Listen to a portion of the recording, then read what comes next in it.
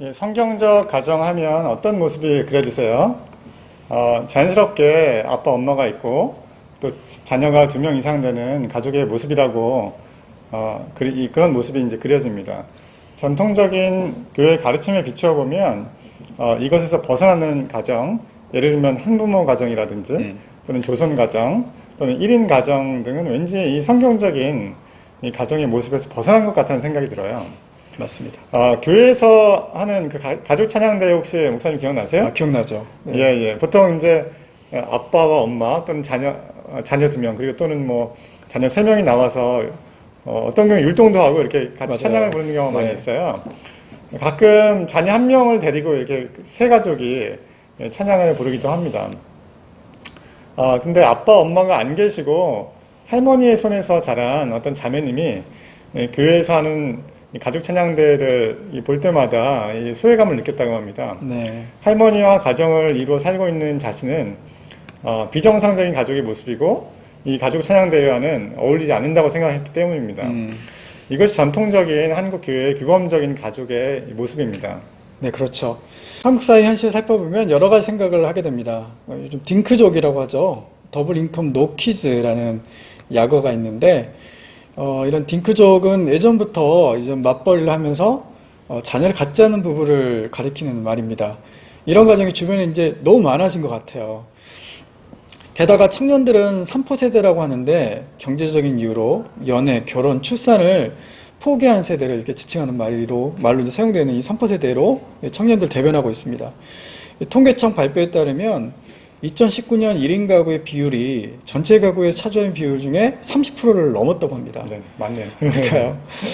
요즘에 이혼율도 높아지면서 이렇게 한부모 가정이 많아지는 추세이고요. 또 최근에 또 연예인 사유리 씨가 비혼 출산을 하면서 또 사회적으로 이렇게 큰 이슈가 된 적이 있습니다. 예, 이런 다양한 가정의 모습을 보면서 우리가 어떤 관점을 가져야 할지 한번 생각을 해보려고 합니다. 성경이 가정윤리의 지침이라고 많은 기독교인들이 생각을 합니다. 네. 성경을 근거로 해서 결혼을 강조하고 또 자녀를 낳는 것이 하나님의 뜻이라고 주장을 합니다. 그래서 이것에서 벗어난 가정의 모습을 비성경적인 가정으로 이렇게 규정을 하기도 해요.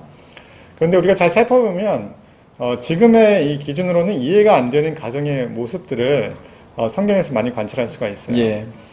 우리가 잘 아는 것처럼 아브라함의 손자이자 이삭의 아들이었던 야곱은 4명의 아내가 있었어요. 네. 레아와 그녀의 여종 실바, 또 라헬과 그녀의 여종 비라, 이렇게 4명이 있었고, 이들에게서 12명의 자녀가 나와서 이들로부터 이스라엘 12지파가 만들어졌죠. 그리고 열왕기상 11장 3절에 보면 솔로몬은 700명의 아내와 300명의 첩이 있었다고 기록을 하고 있어요. 네. 지금 우리가 생각하는 어떤 성경적인 가정의 모습과는 차이가 많이 나요. 그렇죠. 사도 바울은 그리고 평생 독신이었죠. 1인 가정으로 살았어요. 바울은 자신이 독신이었을 뿐만 아니라 모든 사람이 나와 같기를 원하노라라고 하면서 모든 남성에게 독신으로 살 것을 권유했어요. 하지만 이제 결혼도 허용을 했는데 그 조건은 음행을 피하기 위해서 음행할 가능성이 있으면 차라리 결혼을 해라, 이렇게 이제 얘기를 했어요. 네. 바울은 독신을 최고의 가치로 봤어요. 하지만 아까 말씀드린 것처럼 성욕을 참지 못해서 문제가 될 것 같으면 결혼을 허락하겠다고 했고, 그런 의미에서 보면 결혼은 차선책이에요. 바울의 관점으로 본다면 모든 그리스도인이 1인 가구로 살아가면서 열심히 주님을 섬기는 것이 성경적인 가정의 모습이라고 봐야 해요. 그렇게 봐도 되겠네요, 진짜. 성경에 이렇게 다양한 가정의 모습이 나와 있는데 이것은 당시 사회적 문화의 가치를 담고 있는 것입니다. 그러니까 성경에 나오는 가정의 모습을 통해서 지금의 가정의 모습을 이래야 한다라고 규정하는 것은 매우 어려운 문제입니다. 세계적인 구약학자 마이클 쿠가는 성경 본문은 우리에게 일관된 윤리 지침을 제공해주지 않는다고 말합니다. 따라서 성경을 통해서 규범적 가정을 정의하는 것은 불가능합니다. 왜냐하면 성경에는 다양한 가정의 모습이 나오기 때문입니다. 오히려 마이클 쿠가는 이렇게 주장을 해요. 성경의 가르침은 모든 사람의 완전한 자유와 평등이다. 성경의 가르침을 통해서 누군가를 차별하고 배제가 된다면 그것은 성경의 참된 가르침이 아니라고 주장합니다.